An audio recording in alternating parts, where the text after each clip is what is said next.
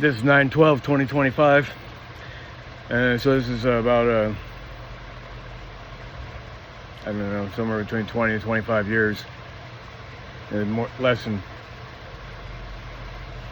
I mean, I don't think it was quite 25 years, but a little bit less than 25 years, I do believe, from 9/11 that happened all them years ago, which doesn't really seem to me to be that many years ago, but I remember where I was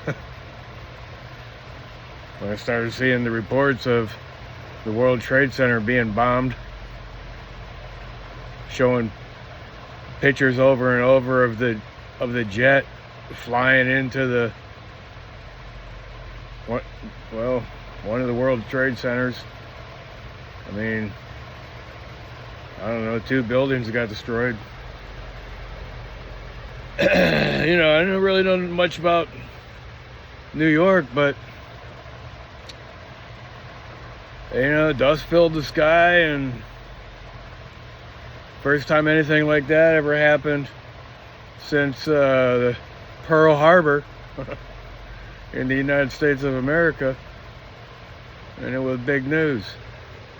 Well, that happened on 9/11, and yesterday was 9/11.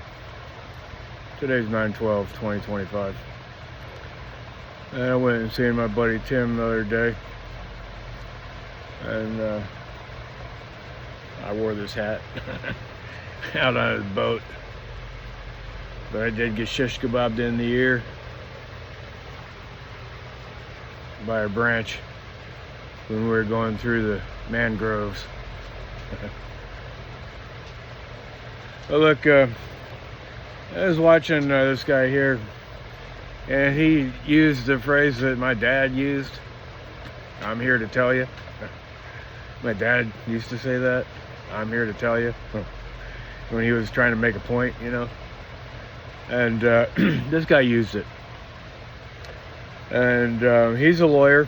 And I guess this fella here has fought like 30 times against Donald Trump. And like, I don't know, maybe whatever, the New York Supreme Court or something like that. I don't know. But anyway, he's well aware of Trump's tactics and his designs. You know, he wants to rig the elections now. You know, and look, he tried to get people to do his bidding in 2020 when he didn't want to give over the presidency to Biden, and so, you know, he wanted to say that the election was fraudulent and stuff like that, and he got people to riot for him, and then all the people that he got to break the law, he pardoned. So now he's got people in office, you know, this is the second go around, and you know, 4 years in between, but now his second go around, and now he wants to give it a better shot, you know, because he's a cheater and a liar and a thief. And that's what he is.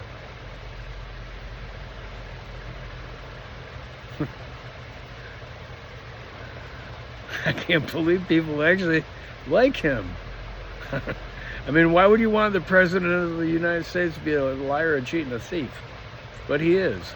And everybody knows this. Everybody has to admit. I mean, he's been convicted in the court of law like 34 times for fraud.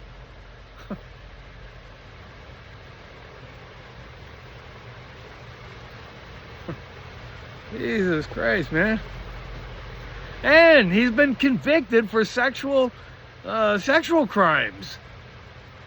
And he's got a big reputation, and now there's all this Epstein stuff. And he puts Ghislaine Maxwell into like a cozy, comfortable little pad as she awaits her pardon. But now it's getting more complicated because there's more stuff coming out. And even the victims are so emboldened now by the outrage of what's going on that, even though they could be hurt the worst, obviously, that, they might speak out. They might say what the deal is. Well, if that happens, Trump's going to say they're liars. Look, they make shit up.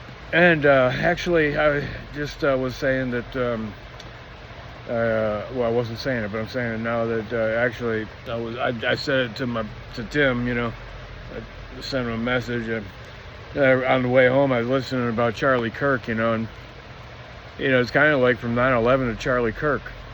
Because Charlie Kirk got killed like on 9/10 or something in big news on 9/11, like,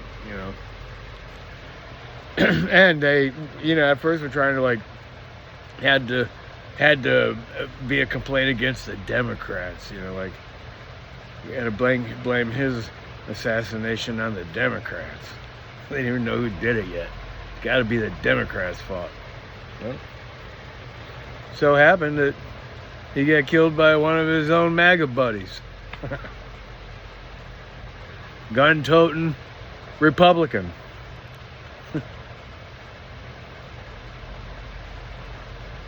Well, as a kid, came from a gun-toting Republican family. He didn't seem to have any problems or anything. I don't know, it just kind of like today, His dad, and him went down to the police station and turned themselves in. But then Kash Patel is up there trying to give all the credit to the FBI. When they had nothing to do with it. Because Kash Patel is a dope. He don't know nothing. Just like everybody that Donald Trump puts into really important positions, they don't know shit about the position that they're going into. They just know how to take orders from Donald Trump.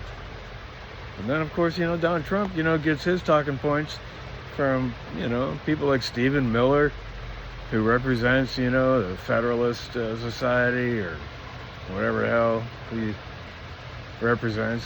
All goes into Project 2025. The GOP wanting to, make one party. In my sign, I might have to say something about it. I mean, look, that's what the plan is. It's to get one party in office, the GOP, and then there's a noose around everybody's neck. You're going to have direct people like animals. And it's the rich people, who are going to do this. Yeah, they're the ones with all the money. They're behind everything. Well, anyway, my dad believed in the authoritative word. Because that's what I was thinking. When I heard this fella here talking, I thought about my dad, because my dad said, "I'm here to tell you." That was his saying. And then I just heard this guy say it, and I don't really hear people say it that often. So when he said it, I kind of feel like, my dad is speaking right now. Okay, and whatever I can tell you that he would say, that he, looked to find out what the authoritative word was, and he, complied with the authoritative word, whatever that might be. Now he believed, that, the Bible was like the authoritative word. But anyway, I just wanted to show you this right here. But he would also, he believed in science. He did. He believed in science. He knew that science was legit.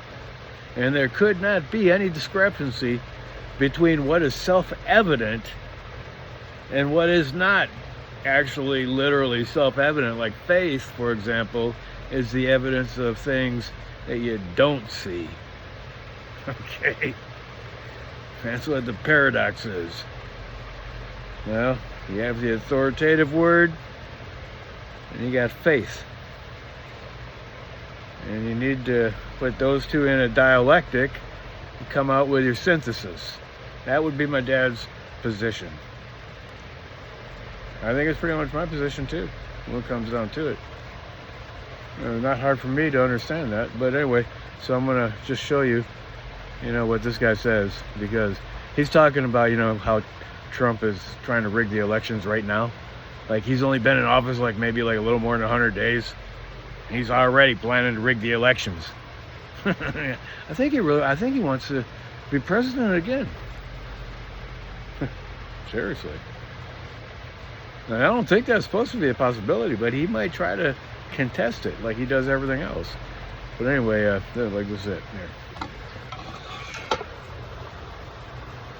Department of Justice. It's why Stephen Miller is the most influential staffer in the White House today. Because this is his plan going into the 2026 election. So let me just recap this briefly. He wants to make it harder for you to vote by making it harder for you to register. He wants to make it harder for you to vote by making it harder for you to cast ballots. He wants to make it easier for people to discard your ballots and have them not count. He wants to make it easier for states to purge your voters. He wants to make you wait in longer lines so that you will give up voting. He wants to have you intimidated. He wants all of that stuff to happen, but if that doesn't work, he wants the final say in what votes count and what votes don't count. But look, I'm here to tell you now is not the time to give up hope. Okay, Donald Trump wants you to believe that everything I just said is a fait accompli, and there's nothing you can do about it. He wants you to think that he is all-powerful, and that no matter what we do, he will win out. And I'm here to tell you that is not true. Okay? It wasn't true in 2020. It wasn't true in 2022 when my law firm and we had to sue Cochise County, Arizona for refusing to certify the results of the election there. We had to sue counties in Pennsylvania because they were refusing to certify elections. And you know what? We won those lawsuits, just like we won them in 2020. And we've been winning lawsuits ever since. So there are lawyers who are going to fight tooth and nail to make sure your right to vote is protected and to prevent these voter suppression laws from preventing you from being able to cast the ballot. Okay, see? That's what he's saying. He is fighting to make sure that our votes count. And Donald Trump is going to make it harder for anybody that, like Republicans, and he can divide it in between pretty much like Republican places and Democratic places. And Democrats usually, they're people that work most of the time. And so they got to take off work to vote. But if they can just drop it in a ballot box, that's good enough. They don't have to wait in a long line. But if you put it into the hands of a few, retired Republicans who can take the time, and plus they're not being blocked by ICE agents starting commotions or equipment, not having enough equipment in a place so that you can take care of your business quickly. Like, you might be able to take care of your business in a Republican state like in 5 or 10 minutes, but if you go to a Democratic place that has a lot of black people or something, it might take about a couple of hours. All right, that's the kind of difference we're talking about, and that's the kind of rigging of the game. And the bottom line is, he is trying to say, Donald Trump is now, that the buck stops with him. If he says that something is illegal, then it's illegal. Look, that's what I'm saying in the beginning. If that's what Republicans want. And I'm not talking about Republican politicians. I'm talking about Republican people. What they want. If they want, that's the kind of system they want. They're putting the rope around their own neck and ours. Anyway, that's where I stand. But you heard the guy, he said, I'm here to tell you a couple of times. And that reminded me of my dad. Your grandpa. Your great-grandpa. That's what he would have said too. And he would have felt right parallel and on the same page as that fellow right there, because that fellow said, I'm here to tell you. And my dad said, look, you can't argue with a person's experience.